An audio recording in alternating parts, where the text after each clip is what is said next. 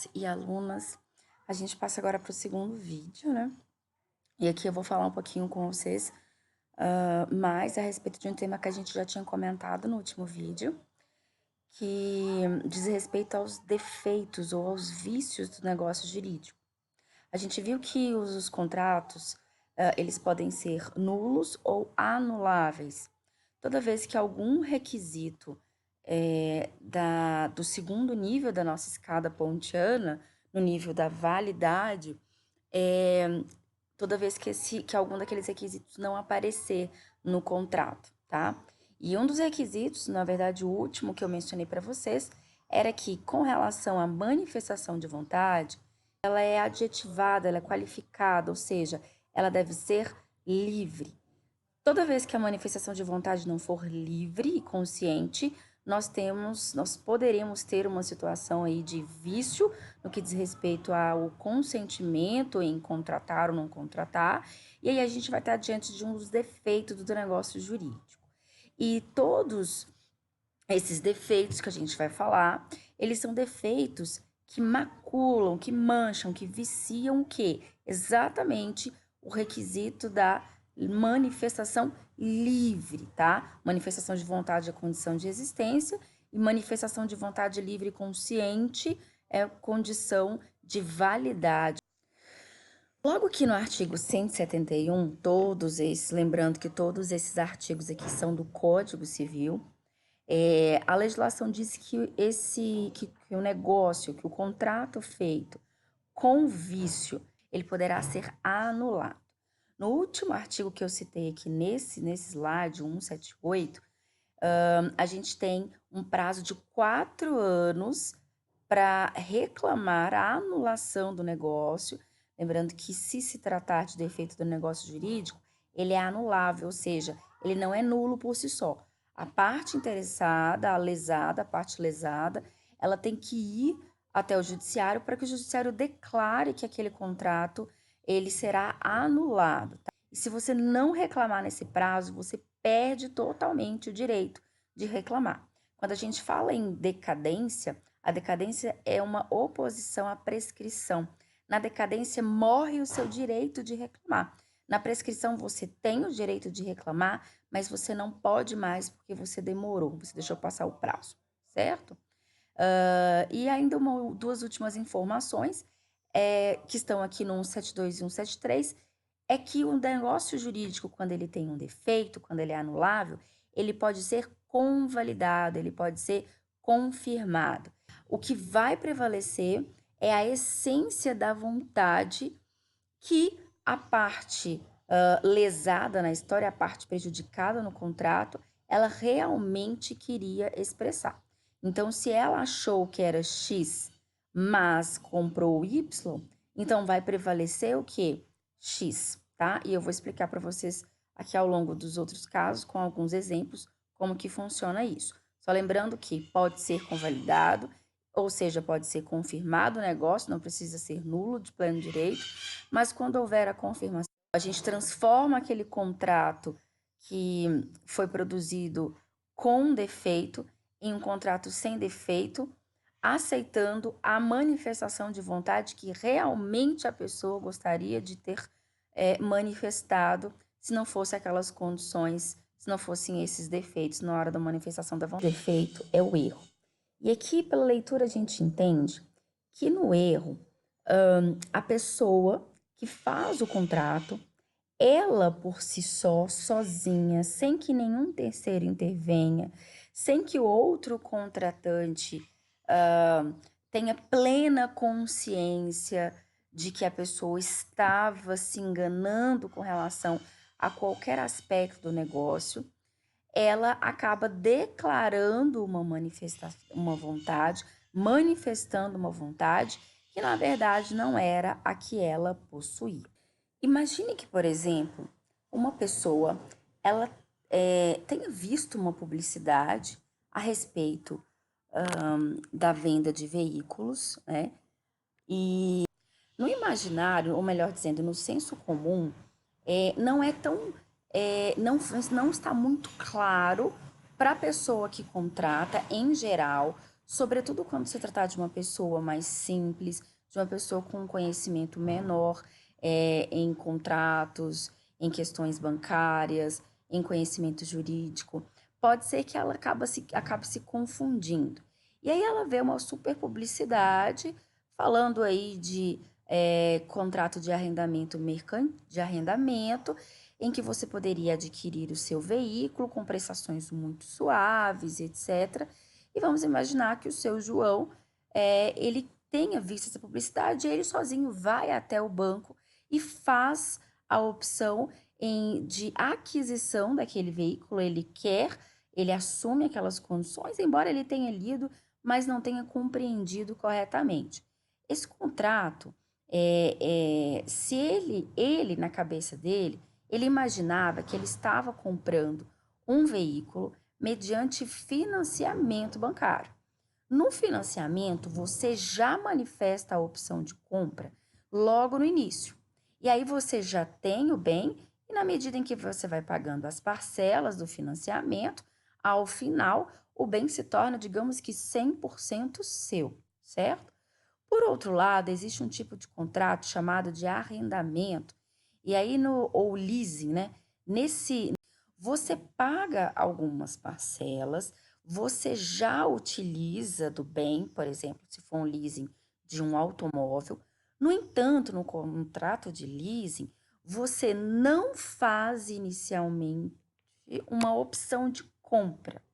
Você faz uma espécie de aluguel, tá? É como se você tivesse alugado um automóvel, você paga um valor por mês, e quando acabar o prazo, quando chegar ao final daquele contrato, você faz uma opção de compra e paga um valor residual, um valor adicional. Então, quando o seu João foi ao banco, ele achava que todo aquele pequeno valor, aquela parcela de, sei lá, R$ 200 por mês, significava já uma parcela do financiamento. Só que a pessoa que atendeu ele no banco explicou como funcionava, só que entregou o contrato para ele, ele falou que estava entendendo, ou seja, não houve aproveitamento, não houve intenção negativa, não houve má vontade, não houve dolo, não houve nenhuma atitude por parte do atendente do banco, por exemplo, ou da financeira, por exemplo, ou enfim, da instituição que ia fazer o arrendamento para ele. Não houve nenhuma intenção de prejudicar aquele senhor. Ele é que achou que leasing, financiamento era a mesma coisa, era só um nome diferente. Só que o que ele queria era, já no primeiro momento, manifestar a opção de compra e fazer um financiamento. E ao final, terminado o prazo para pagamento, ele não ia pagar mais nada e o bem seria 100% dele. Só que, na verdade, ele estava fazendo um contrato de leasing, ou seja, ele ia pagar um valor menor realmente, mas no final ele ia ter que fazer uma opção de compra. Se ele não fizesse a opção de compra, esse contrato, o prazo em que ele permaneceu com o veículo, ele é considerado como se fosse um aluguel, e todo o valor que ele pagou fica como pagamento de um aluguel. Então, nesse caso, a gente tem um exemplo de erro. O erro ele pode se dar com relação a qualquer aspecto do negócio, com relação ao objeto. Quando você vê, por exemplo, uma joia e você avalia e entende que se tratava de ouro, mas na verdade era só uma folheada a ouro, ou seja, não era uma joia de verdade. Quando você se engana com relação a algum aspecto do negócio, da pessoa com quem você vai contratar, toda vez que você sozinho comete um engano sem que a outra parte esteja se aproveitando intencionalmente, você está diante de um erro. Tomando esse mesmo exemplo de que o senhorzinho que não tinha condições de avaliar todas as circunstâncias do contrato e saber que ele estava, na verdade, fazendo um contrato de leasing e não um contrato de financiamento, ou seja, que ele estava pagando um valor para lá no final fazer uma opção de compra e ter que pagar uma nova parcela, a gente pode ter uma situação em que a outra parte é que induz o terceiro, que induziu, por exemplo, aqui a gente teria um agente do banco, um agente que vai efetuar, que vai contratar com o senhorzinho, e o nosso senhorzinho João, ele não entende nada de leasing, de arrendamento e tanto faz. Só que o sujeito que trabalha no banco, ele tem uma meta, né? Ele tem uma meta de cumprir, de fazer determinado número de contratos, e o que ele faz? Ele se aproveita da ignorância, da falta de conhecimento daquele senhor e fala com ele que ele está comprando um veículo. Só que aqui, o senhorzinho, embora tenha lido o contrato e não entendido nada, ele foi enganado. A outra parte, no caso aqui, a instituição financeira, a instituição bancária, por exemplo, ela vai falar com o senhorzinho que ele está recebendo um veículo financiado, que é dele, mas na verdade ele está assinando um contrato de lease. Isso é muito comum e principalmente isso ocorre com determinados grupos que são mais vulneráveis, e a gente tem até uma proteção bastante interessante no Código de Defesa do Consumidor, porque ela acontece muito em relação aos consumidores nas relações de consumo, e pode até implicar numa situação de crime, tá?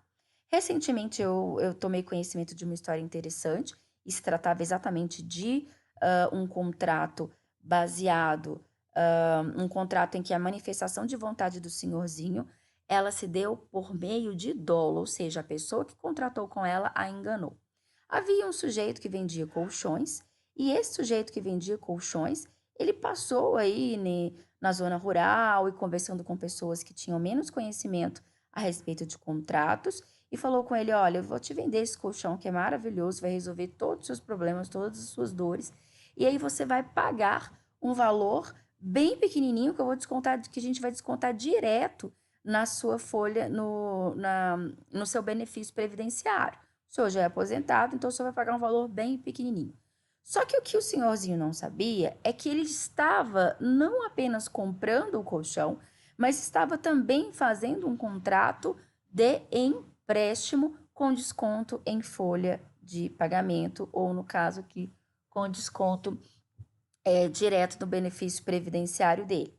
O que esse sujeito fez? Em conluio com uma instituição financeira, ele levou o senhorzinho até essa instituição financeira.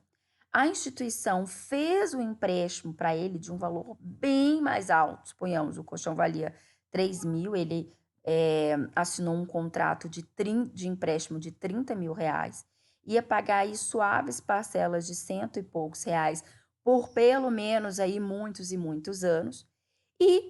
Ou seja, o sujeito que achava que estava comprando um colchão que ia ser parcelado de forma bem suave, descontado diretamente no benefício previdenciário dele, na verdade ele comprou o colchão? Comprou, só que aquele vendedor, ele fez com que o sujeito assinasse um contrato, fizesse um contrato de empréstimo, bem, tá? No dolo, uma das partes, ela tem a intenção de fazer com que a pessoa se engane e aí manifeste uma vontade que ela não queria manifestar. A coação, por outro lado, né, pensando inicialmente apenas na palavra coação, a gente vai ter uma situação em que uma pessoa se vê obrigada a manifestar uma vontade, a fazer isso ou aquilo, quando existe uma ameaça sobre ela. Então, a coação implica uma situação em que X ameaça de fazer algo contra Y, a pessoa de sua família ou a seu patrimônio, para que este sujeito ameaçado, ele faça alguma coisa. Nesse caso, se a gente está falando de contratos, de negócio jurídico, a gente vai ter uma pessoa, um terceiro ou o próprio contratante, que irá aplicar determinada ameaça sobre a pessoa que vai manifestar a vontade no contrato, para que ela faça o contrato. A gente pode ter como exemplo a gente tem aqui uma fazendinha, e suponhamos que um vizinho ele queira adquirir determinada área de uma propriedade rural que é limítrofe à sua, em razão de que, por exemplo, há interesse do poder público do município de passar por aquele lugar uma estrada, e aí a gente teria aí uma servidão administrativa, e vamos supor que o município fosse pagar para que ele cedesse, pagar um valor anual ou mensal, para que ele cedesse parte da propriedade para transformar numa estrada. E aí o vizinho falou: de jeito nenhum, não vou vender minha propriedade para você. O que o outro vizinho mau e interesseiro faz? O que esse vizinho mau ele pode fazer? Ele pode ameaçar, vamos supor que ele diga para o proprietário, para o seu vizinho, que não quer lhe vender aquela área de sua propriedade. Ele pode dizer para ele que vai matá-lo, que tem uma arma, que vai ficar esperando seus familiares, seus filhos, filhas, esposa, etc. Ou ele pode falar: para cada dia que você não me vender o contrato, um animal seu morre, ou irá desaparecer. Enfim, há várias formas. Ele pode tentar forçar aquele proprietário, a pessoa que não quer lhe vender, a vender a propriedade para ele. Só que aqui a gente vai perceber, segundo o artigo 151, que essa ameaça ela tem que ser real, ela tem que ser forte o bastante para provocar tamanho medo nesse sujeito, né, na pessoa coagida, de forma que ela não consiga agir de outra maneira. É o que a gente vai chamar, por exemplo, quando se tratar de uma coação moral, porque a gente vai ter a coação física, que é quando o sujeito está realmente forçado a assinar aquele contrato, alguém pega a mão dele, coloca, ou alguém lhe aplica uma violência, e aí a gente tem uma coação física, e essa praticamente por si só, ela vai gerar aí a possibilidade de anulação do contrato. E a gente tem a coação moral, que é quando ela ameaça fazer alguma coisa, mas ainda ela não praticou nenhum ato, né? Ela provoca um medo terrível de que os filhos vão ser atingidos, de que sua propriedade, todos os seus animais vão morrer pouco a pouco, tá? E aqui o código, ele já até traz explicitamente isso que eu já expliquei. O dano que o sujeito coator, ele pretende causar, ele pode recair sobre a própria pessoa coagida, sobre sua família ou sobre seus bens, tá bom? E ela tem que ser de tal monta, de tal forma que realmente provoque um medo irresistível. Quando a gente falar sobre coação moral, ela tem que ser de fato uma coação, ela tem que realmente produzir um temor tão grande de que vai acontecer algo agora, então ela corre e assina um contrato, tá bom? Então a gente exclui, por exemplo, o temor reverencial. O que seria isso? Eu fiquei com medo porque era meu pai, porque era minha mãe, porque é uma pessoa que eu tenho um respeito muito grande, porque era, sei lá, o prefeito da cidade, acabei fazendo. Não, esse tipo de situação ela poderia ser evitada. Então aí a gente afastaria o ato da coação, tá bom? O próximo que a gente fala é o estado de perigo, que é um pouco, guarda algumas semelhanças com o penúltimo, que é a chamada lesão. O estado de perigo, ele vai se configurar toda vez que uma pessoa estiver diante de uma real necessidade de salvar-se. Então, quando você pensa em salvar, você pensa numa situação de realmente perigo de morte, né? De perigo de o próprio contratante ou alguém próximo de sua família sofra um dano muito grave e, por exemplo, esse dano aí a gente normalmente associa à própria vida da pessoa e etc. E aqui, diante dessa necessidade de se salvar, seja para fazer uma cirurgia, seja diante de um sequestro, seja para pagar, né, o caso resgate de um sequestro, toda vez que ele estiver diante dessa situação de sofrer um grave dano, ele acaba assumindo um contrato em que ele vai ser com certeza a parte prejudicada. Prejudicada por quê? Porque ele assume uma obrigação muito maior, desproporcional em relação à vantagem da pessoa com quem ele contrata, e ele só faz isso porque ele está diante de um estado de perigo. Então, por exemplo, seja para pagar um resgate, seja para fazer uma cirurgia de emergência, ele resolve vender uma joia, essa joia, lembrando, né, a joia clássica lá do filme Titanic. Ele acaba optando vender uma joia que valia, sei lá, 5 bilhões, pelo exato valor do resgate, sei lá, R$ 1 milhão, ou para cobrir os custos da cirurgia. Nesse caso, Se ele não tivesse nessa situação, certamente ele não venderia a joia por esse valor. E um requisito importante é que o comprador ele sabe da situação em que se encontra o vendedor, que é o estado de perigo.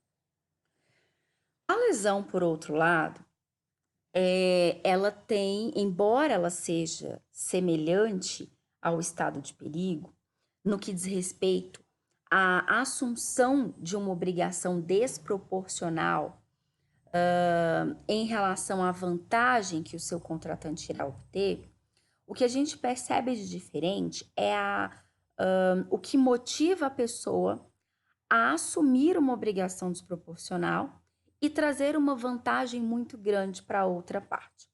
Tanto no estado de perigo quanto na lesão, a gente verifica um princípio elementar dos contratos, que é o equilíbrio contratual.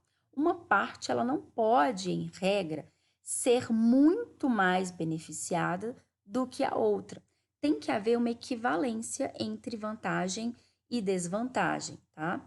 E aqui no caso da lesão, em lugar de estar diante de uma situação de perigo, em que ou eu pago, vendo a joia, pago o resgate, ou meu familiar morre, ou eu vendo e pago a cirurgia, ou meu familiar morre, aqui na lesão, a própria pessoa opta por este negócio desproporcional porque ela está diante de uma simples necessidade. Exemplo, preciso pagar todos os meus credores, porque senão a minha empresa ela vai ter a falência decretada e para evitar isso eu vou vender a joia de 5 bilhões por 1 milhão.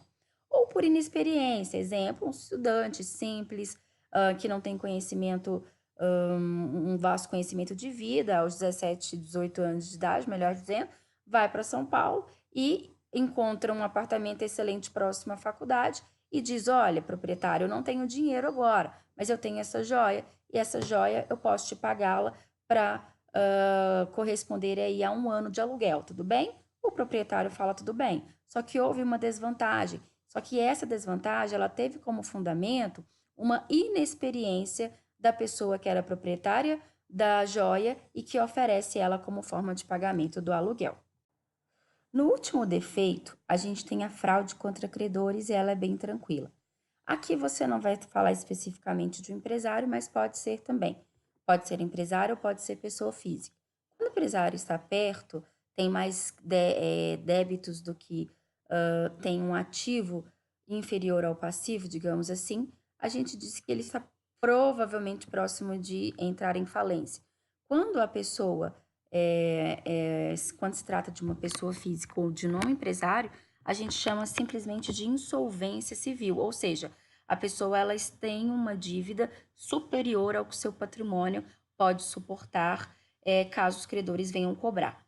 E toda vez que a pessoa está diante de uma situação em que ela conhece as dívidas, ela deve muito, mas ela não paga e ela começa a desfazer os seus bens, por exemplo, fazendo doações, fazendo pagamento para credores cujas dívidas ainda não venceram, aqueles credores que já têm o seu débito, já têm o seu crédito em atraso, aqueles credores que já poderiam exigir o pagamento de seus créditos, eles podem requerer a anulação dos negócios, dos contratos de doação, de compra e venda, de venda e etc., feitos pelo devedor. Então, quando o devedor ele começa a desfazer-se dos seus bens, fazer doação, pagar dívidas que não estão vencidas ainda, por exemplo, esse negócio ele poderá ser anulado. E o fundamento aqui é que ele não necessariamente estava interessado ou queria fazer a doação ou queria vender ou fazer uma venda ou pagar uma dívida antecipada, mas porque ele faz isso com a intenção manifesta de lesar os seus credores. Então, basicamente é isso. É isso que a gente tem aí com relação aos defeitos do negócio jurídico.